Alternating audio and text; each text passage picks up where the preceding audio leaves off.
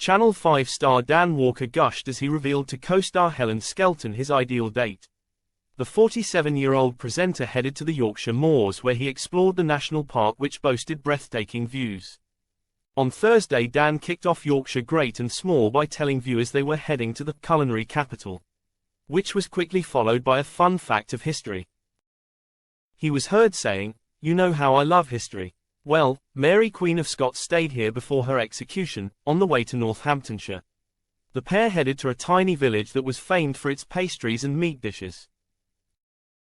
Helen, 41, got stuck into making a delicious pie and was told the key secret to making them succulent and crispy. After she had created the masterpiece, Dan joined her to try the goods. Dan told her, "This is like my dream date," and he came prepared. Helen burst into fits of laughter and went on to say, "Never before have I ever made pastry. You know me, I never go anywhere without an emergency fork. Here you go," he added. Helen thought it was hilarious as she claimed that he never goes anywhere without a fork and was used to his wonderful ways. She went on to tell him what she had stuffed in the pie but warned him it was not vegan.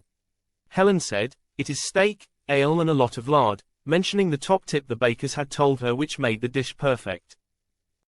Dan was surprised at how tasty it was after sharing that the pastry melted in his mouth. The popular television show sees Dan and Helen Skelton take a journey across the breathtaking landscapes and hidden treasures of Yorkshire, England. Both Dan and Helen have been friends for over a decade, and viewers often praise their on-screen chemistry, as they have great banter. Later on in the show, Helen went on a breathtaking hike in the northern moor. She was heard saying, "You literally turn out of the yard and you're in the countryside."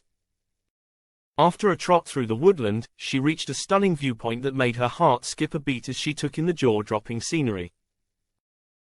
"Oh my word," she said, before turning to the horse instructor saying that the view was incredible and she could not believe the postcard backdrop that went on for miles.